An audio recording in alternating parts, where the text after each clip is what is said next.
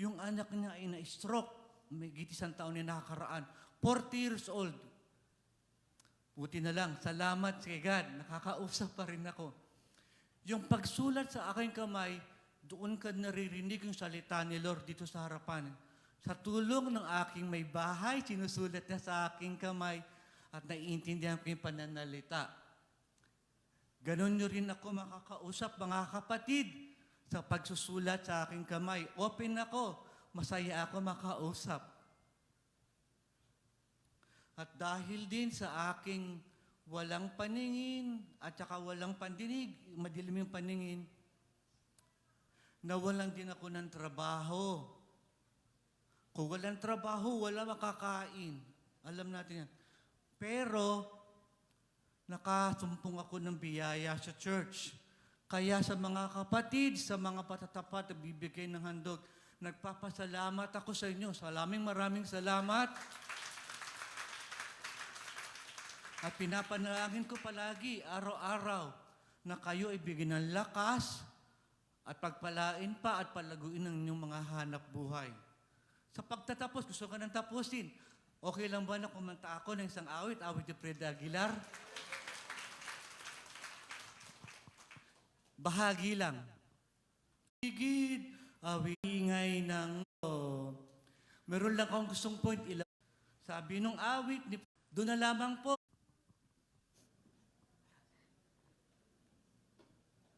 Ayan, ba't ka umiiyak? Grabe yung ano ni Brother Vic sa ating lahat. Lagi, reminder si Brother Vic Church at sa mga bisita na si Lord gumagalaw talaga siya. Andito talaga siya sa atin.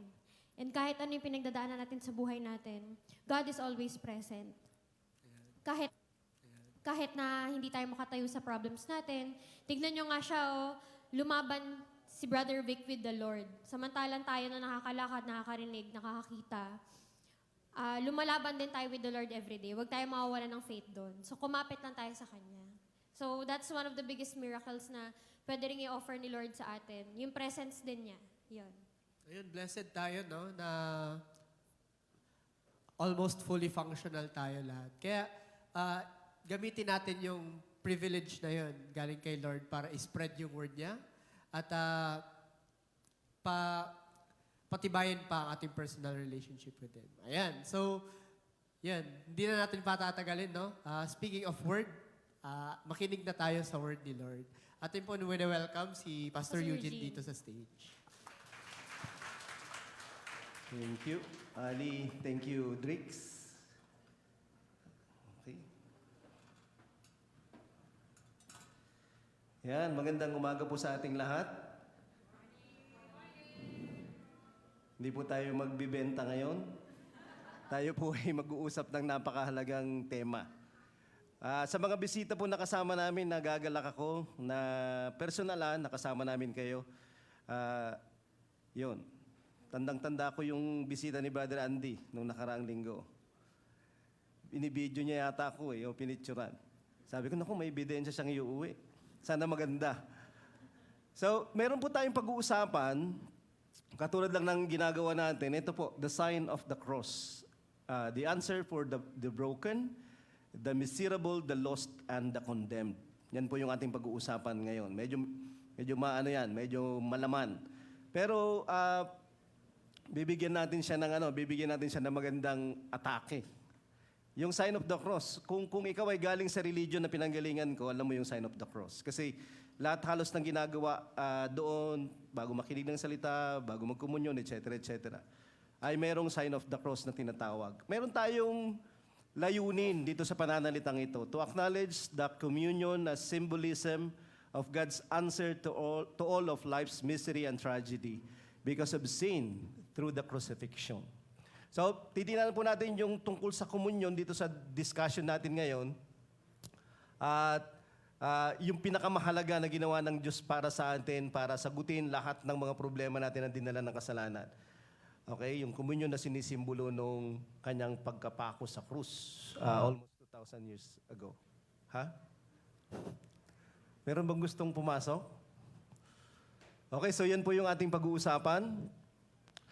So, yung sign, Ayan, buti na lang gumagalaw. So, marami tayong sign na nakikita sa araw-araw. Isa sa mga sign, katulad ng nakikita natin yan, if you're driving, yung do not enter. Okay, nakikita natin yan as a road sign. Nakikita natin yung iba't iba pang mga sign pag tayo ay bumibiyahe. Yung isa namang sign, yung blue, ay sign yan na ibig sabihin power or buhay. Di ba? Yan yung nakikita natin, lalong-lalo na kapag nagtatrabaho tayo, naglalaro tayo, or nasa computer. Pero ano yung sign of the cross? Ano ang kanyang sinisimbolo kung sakali? Okay, katulad ng sinabi ko kanina, yung sign of the cross ng religion na pinanggalingan ko, yung Catholic Church, ay sikat. Okay, pero hindi siya laging sikat sa history ng Christianity. Ito ay pinasikat 312 nitong emperor na to, si Constantine. Ito po ay history, konting history lang muna. So, nung 312, October 28, papunta si Constantine sa isang giyera. Makikipag-giyera siya doon sa tinatawag sa history na the Battle of the Milvian Bridge. Kalaban niya dito si Maxentius. Kaya lang, doon sa pagpunta niya doon, meron siya nakitang aparisyon. Okay, nakita niya daw yung cross, tapos nakalagay doon sa tabi ng cross yung praise that in this sign, you will conquer. Okay? In signo hoc vensis. Yun natin yung sinasabi niya sa Latin. So, ang iniisip niya, dahil ang dami-dami na nung time na yun ng mga Christian sa Rome, at namatay yung kanilang tinatawag na Panginoon at tagapagligtas sa krus. So, iniisip niya na yung God ng Christianity, yun yung tumulong sa kanya o tutulong sa kanya. At eventually, kanyang inadapt daw yung Christianity na religion. At dito sumikat itong yung cross nga na tinatawag. Pero hindi siya sikat before that. Kasi hindi naman yun talaga yung sign ng Christianity. Di ba? At ngayon, kapag ikaw ay nasa religion ng Catholic Church, katulad ko dati, nagsa-sign of the cross ka. Di ba? Yan yung ginagawa palagi. So, yan ay prayer in itself. Kasi parang Trinitarian, in the name of the Father, the Son, the Holy Spirit, mabilis. At lahat ng ginagawa halos ay nagkukross. Okay? Kasi parang, ini-invite mo yung blessing. Okay? Kung sakali, ng pagliligtas ng Panginoon or something like that. So, pero ano ba talaga yung sign of the cross kung sakali?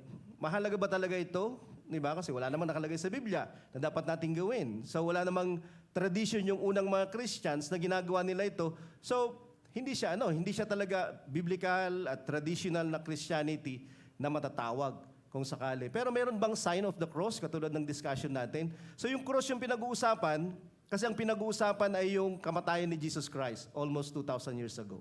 Sa isang capital punishment na ibinigay sa kanya, pero wala naman siyang kasalanan. Kasi ang kanyang kinamamatay yung kasalanan nating lahat. Diba? Kung naiintindihan natin yun. Pero nabuhay siya mula sa kamatayan na yan, and the rest is His story. Diba? The rest is history. Kung sakali. At nakarating na dito yung kapakinabangan ng cross na tinatawag. So, what is the sign of the cross? Yung cross ay, katulad ng sinasabi ko, capital punishment siya, instrument siya para patawan ng capital punishment yung pinakamalalang kriminal. Mayroong sa kasaysayan ng pagpapataw ng parusa sa justice system ng tao, mayroong pagpupugot ng ulo long time ago, mayroong silya elektrika, merong lethal injection, 'di ba? Dito sa atin, kamakailan lang 'yon nung early 2000. Pero ano yung sign of the cross? Kung sakali, dahil namatay siya doon sa cross, ano yung sinisimbolo niya? 'Di ba? Ano yung itinuturo ng cross na 'yan sa ating context, sa ating Christian context? Kasi nung bago mamatay si Jesus Christ sa krus, nung gabi na 'yon, nagkaroon sila ng tinatawag na Last Supper. Huling hapunan. At dito sa huling hapunan na to, ikwento ni Jesus Christ kung ano yung kanyang gagawin. Okay? Habang kumakain sila. At yun na rin yung paglalatag ng Panginoon nung communion. Di ba? Yung process ng communion. So, pinagputol-putol niya yung tinapay, tapos suminom sila ng kupita. Sa 1 Corinthians 11, verse 24 hanggang 26, babasahin natin mula kay Apostle Paul. Sabi niya rito, ito ang turo na binigay sa akin ng Panginoon. Itinuturo ko naman sa inyo. Nung gabing traidorin ng Panginoong Jesus, kumuha siya ng tinapay.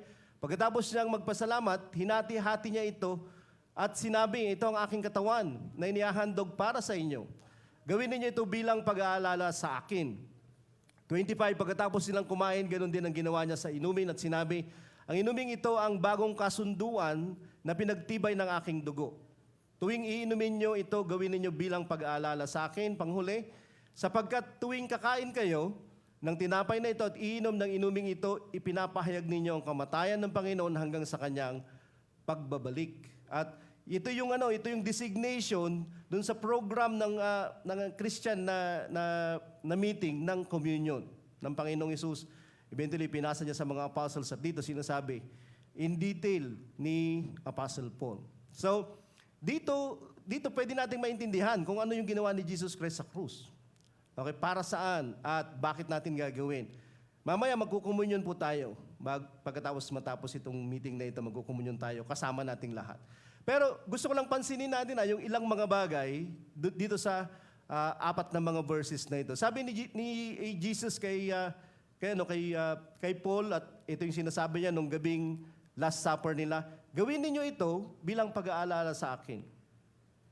Di para maalala natin kung ano yung mga nangyari sa buhay natin, di para maalala natin gaano tayo kasama the rest of the week or last week, ano yung ginawa nating kasalanan, ano yung ginawa nating masama sa kapwa natin at sa isa't isa.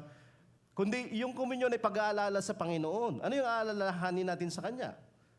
Alalahanin natin siya nung ginagawa niya yung sacrifice, kung sakali. Di ba? Ganun din yung sinabi niya dun sa inumin. Bilang pag-aalala sa akin.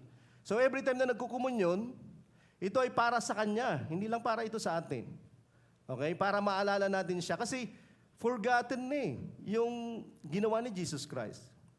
Parang yung kahalagahan ng ginawa niya, hindi na natin alam kung ano yung konteksto nun, kung ano yung meaning at essence nung ginawa ng Panginoong Hesus. Di ba? Para kanino at ano yung kanyang ginawa. Habang namamatay si Jesus Christ sa krus, siya yung God na nagkatawang tao. Siya yung God na gumagawa ng remedyo para sa kalagayan natin, para sa kalagayan ng lahat ng sangkatauhan. Gumagawa siya ng sagot. Dahil walang sagot yung tao. Papunta na tayo sa kapahamakan lahat. Papunta na tayo sa impyerno. Yun yung sinasabi ng Panginoong Hesus mismo. At dito sa krus, o doon sa krus, ginagawa niya yung solusyon para sa atin. Para hindi lamang yung ating kasalukuyan, hindi lamang yung ating future, kundi yung ating eternity, ay ayusin niya. Kasi apektado yun dahil sa kasalanan na ginawa natin sa ating sarili. Sa Matthew 26 verse 26, ito naman yung record ni Matthew tungkol sa Last Supper nung gabi na yon. Sabi niya dito, habang kumakain sila, kumuha si Jesus ng tinapay. Nagpasalamat siya at pagkatapos, hinati-hati niya ito, binigay sa mga tagasunod niya. Sinabi niya, kunin nyo, kainin, ito ang aking katawan. Yung tinapay, yung nagsisimbolo ng kanyang katawan. Picture natin okay, mental map. Nandun ka sa hapag, nasa table ka, kasama mo si Jesus Christ. Tapos hinati niya yung mga tinapay, tapos binigay niya tapos sabi niya, ito yung aking katawan. Ano yung pwede nating maisip? Siyempre, tinapay yun, hindi naman yung katawan ni Lord Di ba? So, pero sabi niya, ito yung aking katawan. Hindi siya nagbibiro. Okay? Ano ba yung itsura ng tinapay na kanyang hinati-hati kung sakali? Ito ba ay pandesal, monay, ano ba itsura niya, or loaf bread ba to? 'Di ba? Kapag titingnan natin, matzah yung tawag ng mga Hudyo dito. Ang matzah para siyang cracker na ganito. Okay, meron siyang butas-butas at meron siyang sunog kasi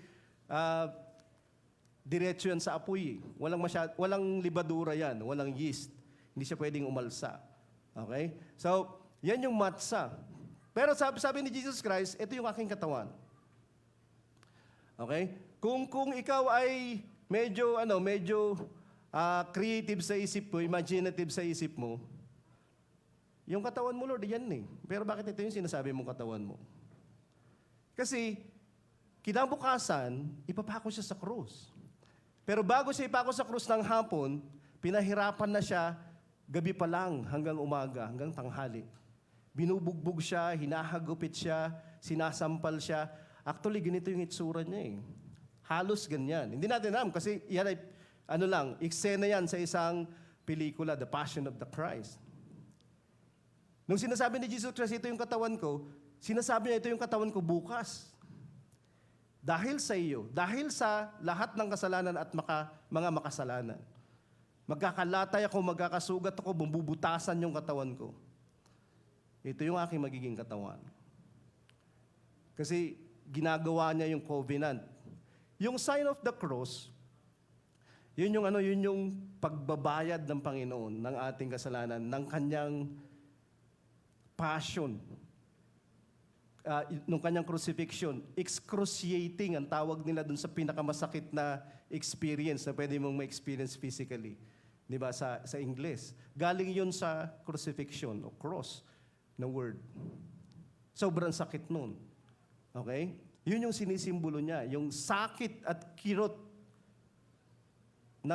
nung kasalanan, nung pagtubos ng Diyos sa kasalanan natin. Yun yung itinuturo ng cross. Kung mayroong sign of the cross, yun. Kasi it is about Jesus. Alalahanin natin siya. God in the flesh, suffering para sa sin ng tao, sa rebellion ng tao. Yun yung itinuturo sa atin ng cross. Di ba? Kung yung totoong cross na pinag-uusapan natin, yung brokenness ng tao, pagkawasak niya sa loob, bagbag na puso niya, lostness niya, sugat niya, kawalan niya, di ba? Ang dami nating kailangan. Tila baga, ang dami-dami nating gusto. Di ba? Yun yung ginagawa natin kung bakit tayo naghahanap buhay, kung bakit may career tayo, dalawa, kung bakit meron tayong negosyo, etc., etc. Kasi palagay natin, walang-wala tayo eh. Gutom tayo, uhaw tayo sa maraming mga bagay. Dami nating mga kasawian, kabiguan. Di ba? I'm not just saying about relationship. Sa mga taong ang dami-daming gusto niyang makuha, ang dami-dami niyang gustong ma-attain, dami-dami niyang gustong mapuntahan, walang kapunuan yung mga tao. Kasi para siyang lalagyan ng butas. Kahit anong ilagay mo sa lalagyan ng butas, maglilik. Di ba?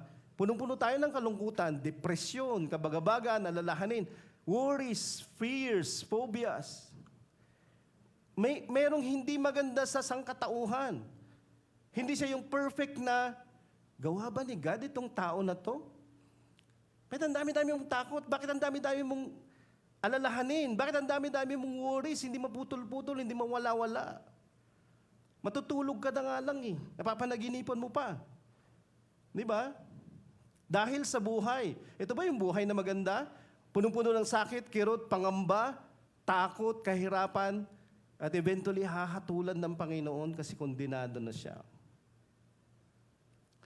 Yun yung ibinihis ni Jesus Christ sa krus. Yun yung sign of the cross. Yun yung sign na itinuturo ng cross. Kasi sign ay nagtuturo.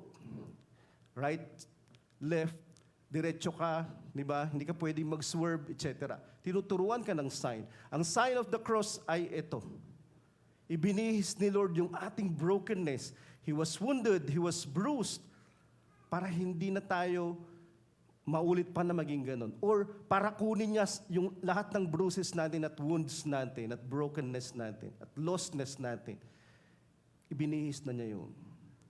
Alalahanin natin siya kapag magtitake tayo ng komunyon. Ibinihis na niya yung pinag-aalala mo.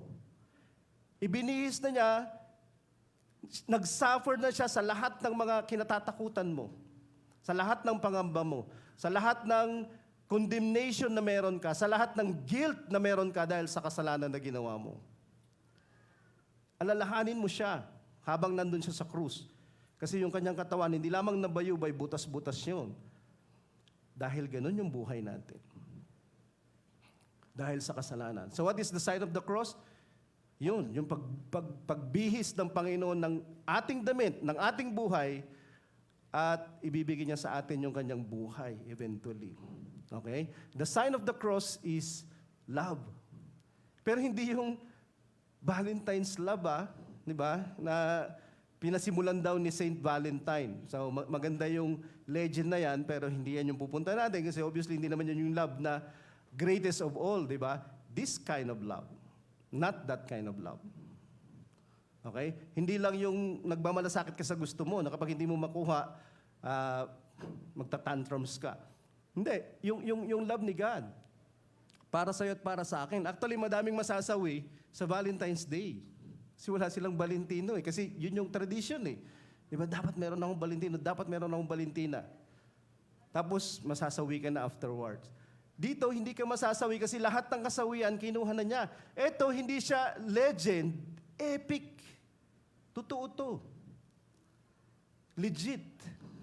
Di ba? Yung pagmamahal ng Panginoon. Ito yung itinuturo ng cross. Yung love na ito, sabi niya sa John 3 verse 16, ang pag-ibig ng Diyos sa sanglibutan, ibinigay niya ang kanyang bugtong na anak upang sino mang sumumpalataya. Alam natin yung kwento ng John 3:16 eh. Di ba? Pero saan magtatapos yun? Buhay na walang hanggan. Meron ka ba nun? Buhay na walang hanggan? Dahil sa pag-ibig ng Diyos? Sino yung pag-ibig ng Diyos? Hindi ano? Yung kanyang bugtong na anak na kanyang ipinadala. Kasi alam niya kung ano yung pinagdadaanan mo eh. Hindi lamang dahil sa COVID, hindi even before COVID, meron ka ng madaming kalagayan. Meron ka ng takot, meron ka ng pangamba, meron ka ng problema, meron ka ng guilt, meron ka ng kasalanan, meron ng maraming taong ayaw sa iyo. Pero nandito si Lord, para siyang homesick sa atin. Anong gugustuhin mo dito sa buhay na to? Di ba? Hindi niya ginugusto yung buhay na yan for that life itself, kundi ginugusto niya yung buhay na yan upang palitan niya ng kanyang sarili. Yun yung mabuti dun sa pagdating ng Panginoon, yung kanyang pag-ibig, yung agape niya. Di ba? Hindi ito nanggagaling sa tao lang, kundi nanggagaling ito sa Diyos. Pero kinakailangan niya magkatawang tao para maintindihan natin siya. Ibiniis niya yung ating katauhan para sabihin natin na He really cares. He really knows. And He can, He could. Di ba? Kasi naiintindihan ka niya eh. Mayroong isang chapter sa Isaiah 53, 12 verses lang ito, pero napakayaman niya ng kwento ng Panginoong Jesus, lalong-lalo na nung siya ay namamatay sa krus. Isa siyang prophecy. Okay? Isaiah 53 verse 1 to 2. Sinong naniwala sa aming balita o ibinalita? Kaninong inahayag ng Panginoon ng kanyang kapangyarihan? Okay, so nandito yung binabalita daw ng mga propeta at sa kanilang binabalita, nahayag yung kapangyarihan ng Panginoon. Isa lang yung balita na mayroong nakapaloob doon na kapangyarihan ng Diyos na alam ko. Sa Romans 1 verse 16. I am not ashamed of the gospel of the Lord. It is the power of God to salvation. Diba? Yung gospel yun yung pinakamagandang balita. Pero kapangyarihan daw yun ng Diyos para maligtas sila. Pero sabi dito ni Isaiah, sinong nakikinig, sinong naniniwala? Bakit hindi siya kapanipaniwala, yung gospel? Kasi sabi niya, kalooban ng Panginoon na lumago ang kanyang lingkod. Meron siyang lingkod dito sa balita ito. Merong lingkod.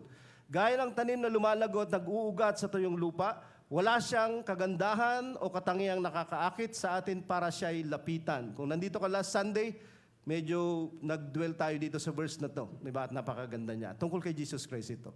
The suffering servant ng Panginoon. Pero siya yung laman ng mabuting balita na mayroong kapangyarihan ng Diyos na nakakapagligtas. Kaya sabi niya, walang kagandahan kasi o katangian na gugustuhin mo. Hindi lamang dun sa balita, kahit sa Panginoong Jesus. Kaya madaling makalimutan eh. Diba? Sa lahat ng balita, 53 verse 3, hinamak siya, itinakwil ng mga tao, dumanas siya ng mga sakit at hirap, tinalikuran siya, natin siya, hinamak at hindi pinahalagahan. Ito yung ginawa ng tao sa kanya, ng sangkatauhan sa kanya. Kung magsasabi ka ng totoo, si God yung pinakamahalagang persona sa buhay mo, tama ba? Si God ba yung pinakamahalagang persona sa buhay natin? Pero siya ba talaga yung binibigyan natin ng pinaka sa lahat ng meron tayo? Oras, lakas, atensyon? Parang hindi. Diba? At nagpapatuloy tayo dun sa mga bagay na ayaw niya. At patuloy yung paghamak sa kanya, patuloy yung pagtakwil sa kanyang mga kalooban, etc. Verse 4, ang totoo, tiniis niya ang mga sakit at mga kalungkutang dapat sana'y tayo ang dumadanas. Ang akala natin, pinarusahan siya ng Diyos dahil sa kanyang mga kasalanan nung namamatay siya sa krus. Akala ng mga tao, sige nga, kung makakaalis ka dyan sa kalagayang kinasadlakan mo, yun yung hamon sa kanya ng ibang mga meron, di ba? Yung mga osyoso doon.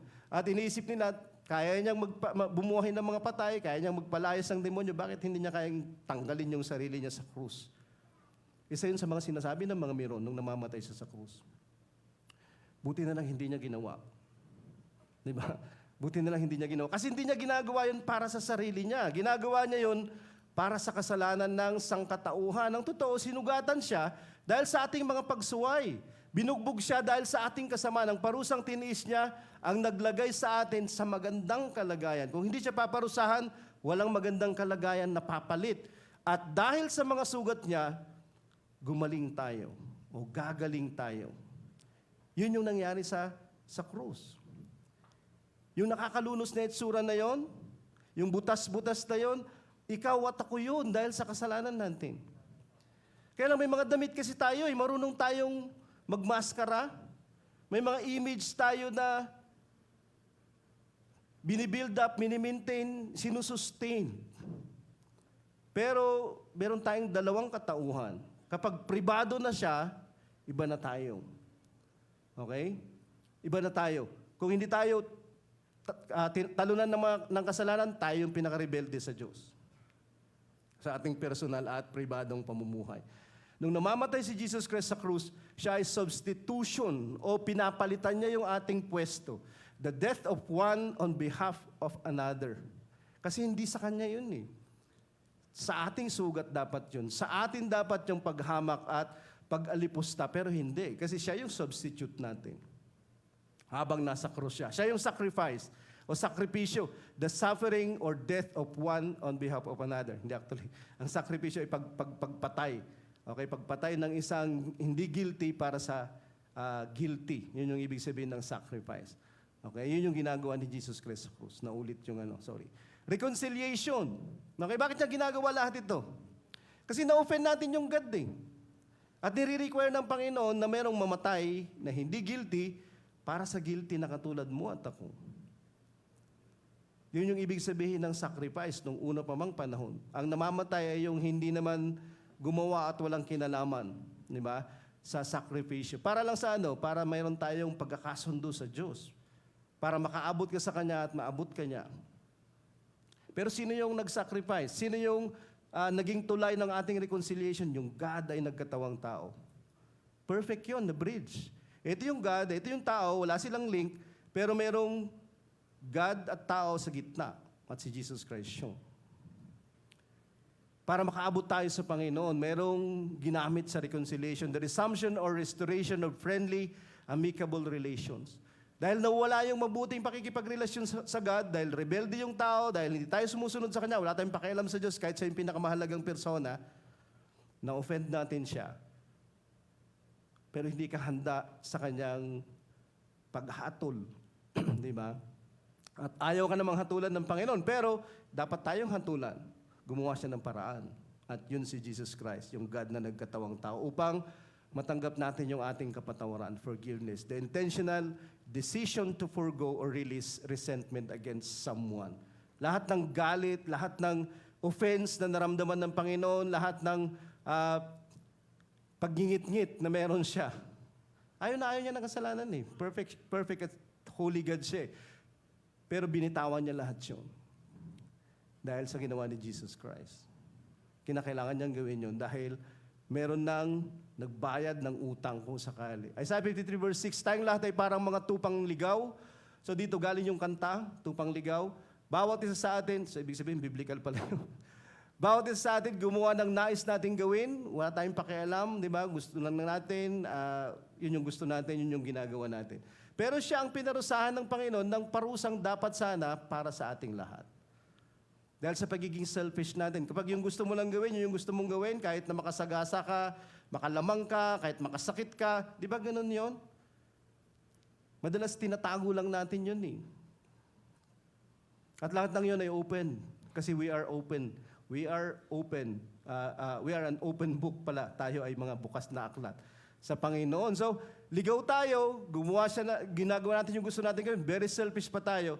Pero dahil doon, parurusahan ng Panginoon, dapat tayo pero hindi, siya na lang. Natanggal yung galit ni Lord dahil kay Jesus. Kasi yung galit ni Lord, binuhos niya kay Jesus Christ sa krus. Yung pampalubag loob, propitiation, nasa 1 John chapter 2 verse 2 yan. Okay? Pampalubag ng loob si Jesus Christ. To win, gain, or regain the favor of a God, spirit, or person by doing something that pleases or appeases them. May galit si God dahil sa rebellion na meron tayo. Maniwala ka o hindi. Di ba? Gawin mo yung hindi maganda, sa sino mang tao magagalit sila sa'yo. Huwag kang sumunod sa iyong tatay, huwag kang sumunod sa iyong kuya, huwag kang sumunod sa iyong boss. Hindi sila matutuwa sa iyo. Meron nga hindi gumawa ng mabuti sa iyo, kaya i-offend ka ng sino man, magagalit ka eh. Si God meron din siyang karapatang magalit kasi na-offend natin siya. Kaya lang, nung namamatay si Jesus Christ sa krus, yun yung pampantanggal ng galit niya. Wrath remover yung kamatayan ni Jesus Christ sa krus. It pleases and appeases God. Ibig sabihin, quits na tayo. Hindi na ako galit. Kasi yung galit ko sa'yo, binuhos ko na sa Kanya. Sa krus, reparation din siya, bayad pinsala. Nung namamatay si Jesus Christ sa krus, the making of amends for a wrong one has done by paying money or otherwise. Ang reparation, kapag nakapinsala ka ng gamit, kapag nasira mo yung bakod, nasira mo yung sasakyan, ikaw yung magpapagawa. Yung binayad mo, yun yung ibig sabihin, reparation yun. Bayad, pinsala. Si Jesus, ganoon. Hindi mo alam kung ano yung napinsala mo yung kabutihan ng Panginoon, yung lahat ng grasya ng Panginoon, naitapon natin eh.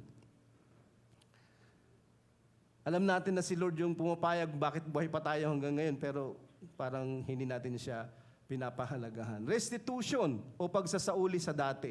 The restoration of something lost or stolen to its proper owner. Binabalik sa restoration sa may-ari talaga. Diba? Kasi nawalan siya eh. Kung sakali, pero ibinabalik kung ano yung nawala. Doon sa talagang may-ari. At tayo ay nawawala pag-aari tayo ng God. Alam mo kung bakit hindi natin malaman kung paano bumalik, hindi natin alam kung paano, at palaging ganun yung pakiramdam natin, parang meron akong gusto na hindi ko alam. Parang kahit anong gawin ko, hindi ako mapunuan. Parang merong kulang. What if yung kulang ay kasi hindi ka pa nakakabalik kay God? At hindi mo alam kung paano bumalik kasi you are lost. Katulad ng sinasabi ng Scriptures. Ang restitution, pwedeng ganun. Yung nangyayari, habang namamatay si Jesus Christ sa krus, siya na yung magiging link natin at tulay. I am the way, no one goes and comes to the Father but through me. Sa pamamagitan ng ginagawa niya. Pwede tayong may isauli sa dati na may-ari. Hindi lang yon, pwedeng may isauli sa dati yung kalagayan natin.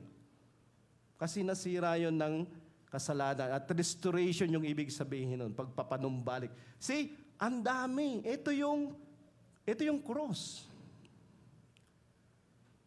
Gusto ko na pag nakita mo ulit o isipin mo yung cross, iba na yung maiisip mo. Hindi yung statue ang nakagunon doon kasi hindi yun yung sinasabi talaga ng cross.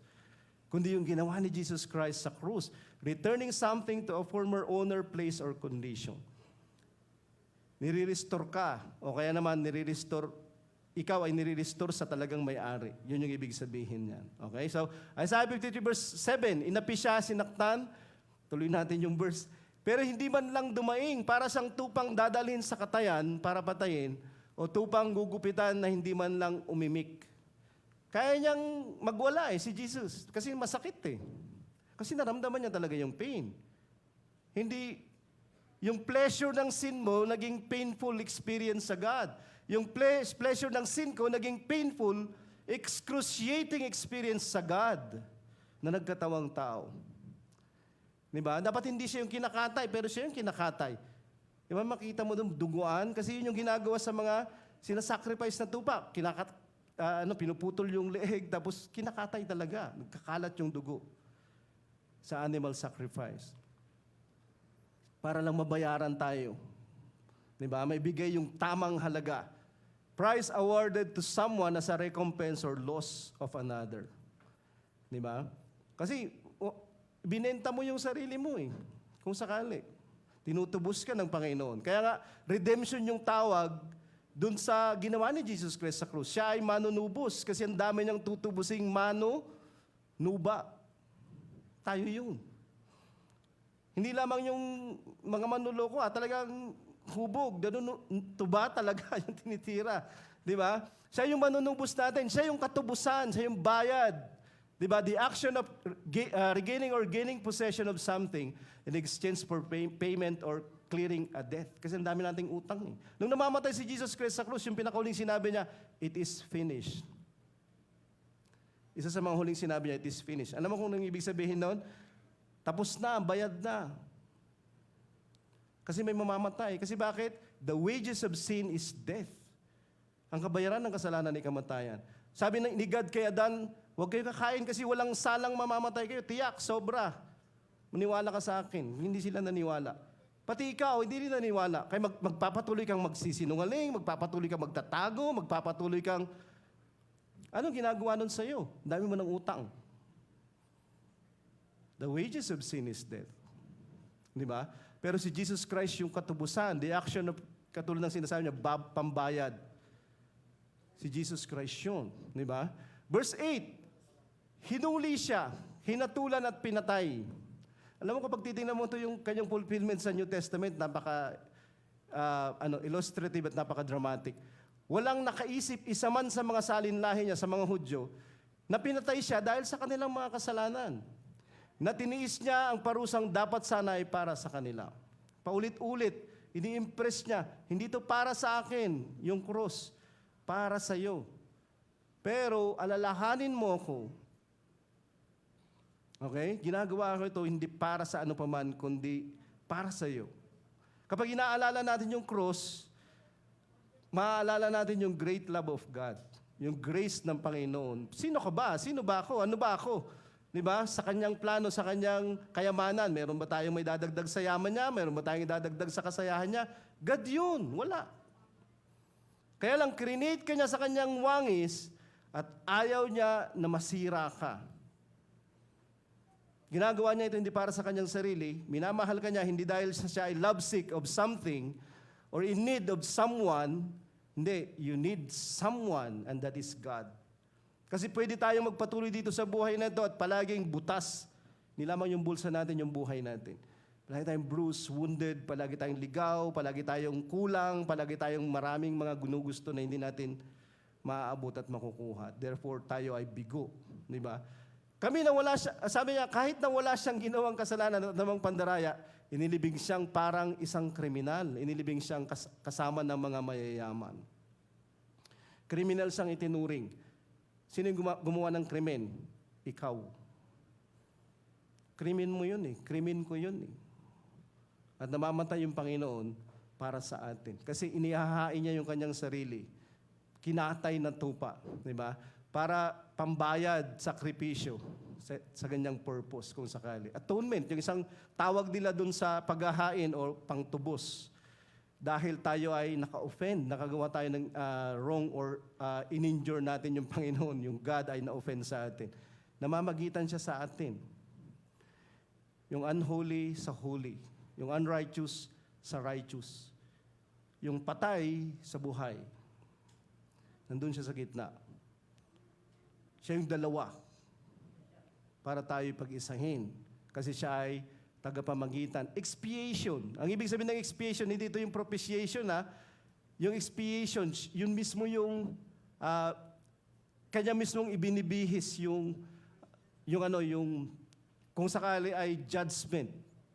Okay? Para lang mawala yung judgment sa'yo.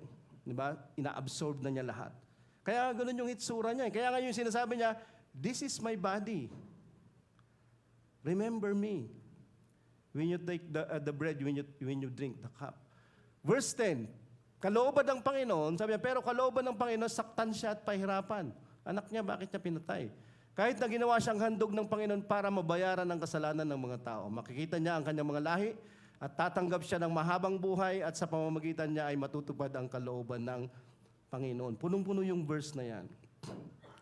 Hindi dahil sa si Lord ay si God, yung anak niya, pinahirapan niya, sinacrifice niya yung anak niya. Hindi, gusto ni Jesus yun. Ginusto niya yun. Sabi niya, I lay down my life and I have the power to raise it back to life. So, gusto ni Jesus Christ yun. Hindi lamang dahil yun yung gusto ng kanyang ama. Pero bakit niya ginagawang handog yung kanyang sarili para sa kasalanan ng mga tao? 3 beses na nating narinig yan at nabasa kanina. Kasi makakakita siya ng mga lahi na tatanggap ng mahabang buhay. Gaano kahaba yung buhay na gusto mo? Dagdag. Maniniwala ka lang sa ginawa ni Jesus Christ sa krus, sabi niya, bibigyan ka niya ng mahabang buhay. Alam mo kung gaano kahaba? Walang hanggan nga yung sabi niya eh. Merong in forever, di ba? At yun yung ino-offer ni God sa iyo, na magandang forever. Matutupad yung kalooban ng Panginoon para sa kanya. Ito yung kalooban ng Panginoon. Satisfied si God sa ginawa ni Jesus Christ sa krus. Lahat ng hinihingi, okay, ng hustisya ng Diyos dahil sa kasalanan ng bawat isang tao was met on the cross by Jesus Christ's sacrifice. Dahil sa sacrifice ni Jesus Christ, bayad yun. Napunuan yun. Fulfillment of one's wishes, requirements, or expectation. Yung ini-expect ng Panginoon dahil sa ginawa nating kasalanan, yung hatol na punuan ng namamatay si Jesus Christ sa krus. Siya yung bayad, ransom, di ba? Para lang iligtas tayo na captive at slave ng mga sarili nating kagustuhan. Ng sarili nating selfishness. Ng sarili nating kasalanan. Kinancel ni Lord, inurong niya yung demanda para sa atin. Kasi haharap tayo, sahatol ni Lord isang araw. Judgment day, susunod. Pag namatay ka, namatay ako, harap na tayo sa Panginoon. Hindi rest in peace. Merong pupunta sa hell, merong pupunta sa kingdom of God. Dalawa lang yun. Okay? Pero dito, habang namamatay si Jesus Christ sa krus, nung sinabi niyang it is finished, it is canceled. The death is canceled. Kung maniniwala tayo at tatanggapin natin yung kanyang pinagpaguran. So what is the sign of the cross? Napakadami niyan. Pagpalit sa pwesto natin, pagkakasundo, pampalubag-loob, etc., etc. From time to time, pagtripan natin yung Word of God. Kasi napakaganda nung kanyang sinasabi, hindi lamang tungkol sa Diyos, tungkol sa atin at yung process nung pagliligtas niya. Melodramatic. Diba? Very vivid. Kung sakali.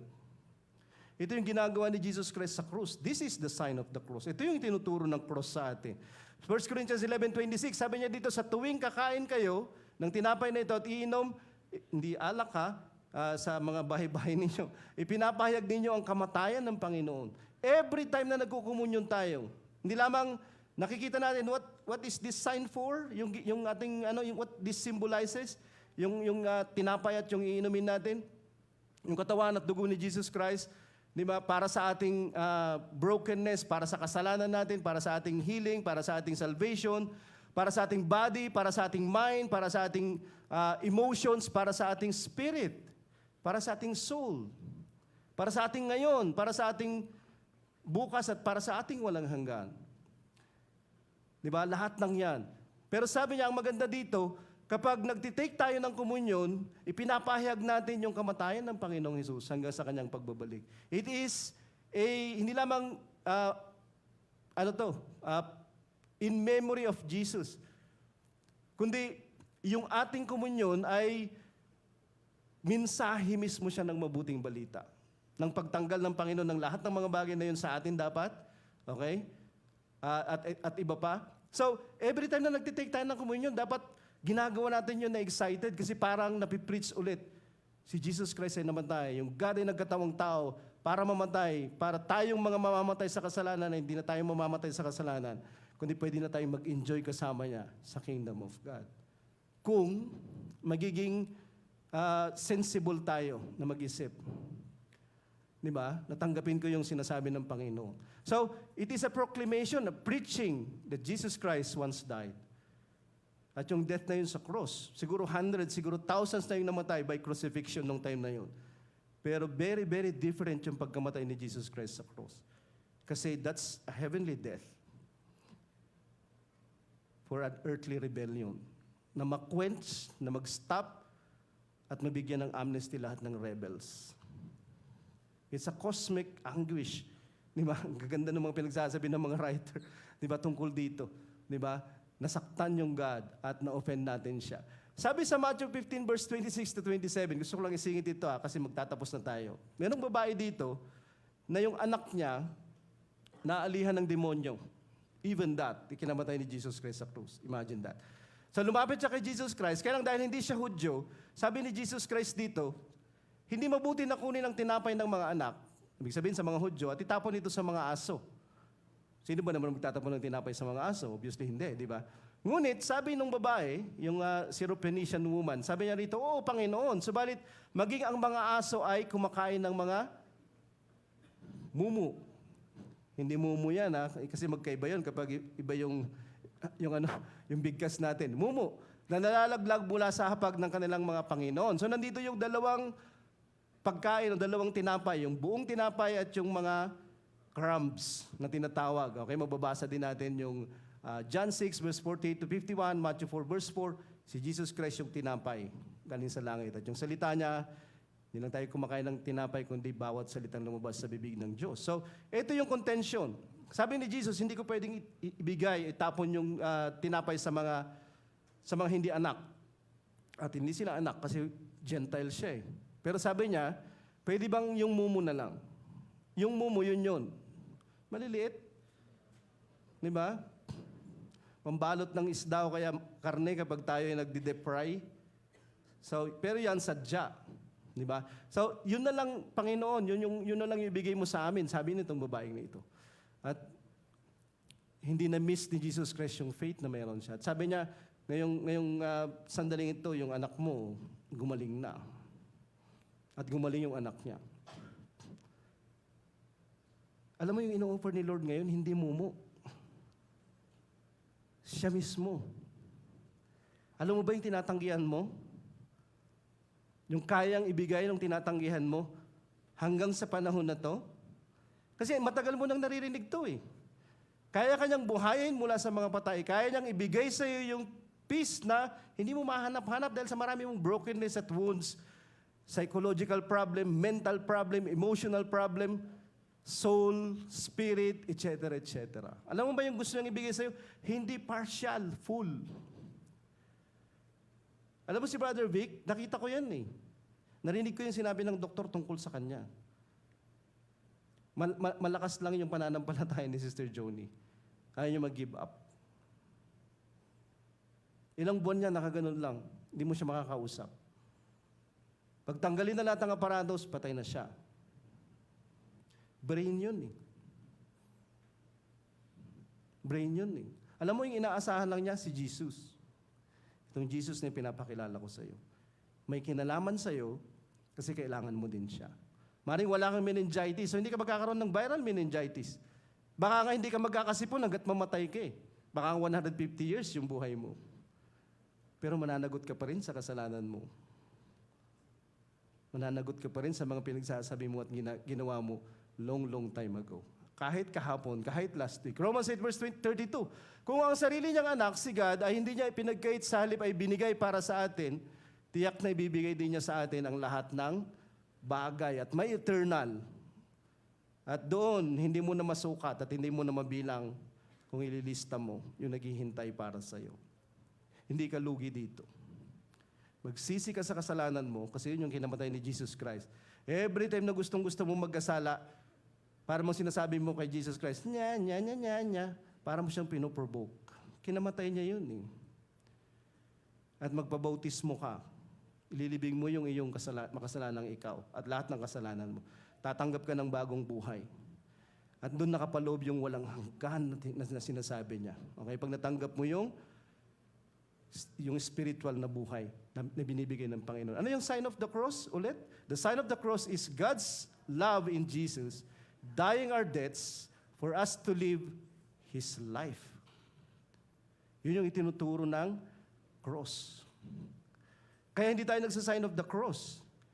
Kasi it's a tradition na hindi biblical at hindi siya Christian tradition, pero may sign of the cross, ito yung pinag-uusapan natin. Okay?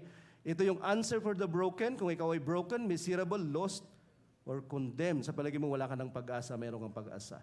Kung sa palagay mo ikaw ay beyond na sa help, meron kang help. Kung sa palagay mo tawag ka ng tawag, walang saklolo, well, ito na yung saklolo para sa iyo. Ito ay kaligtasan. Ito ay si Jesus.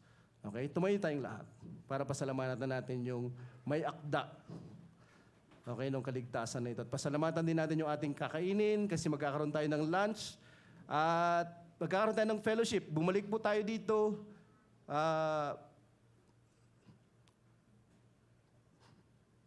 12:50. Okay, 12:50. Si Brother Metz. Ay, oo nga pala. Magkukomunyon pala tayo. Buti na lang may gumaganon kanina.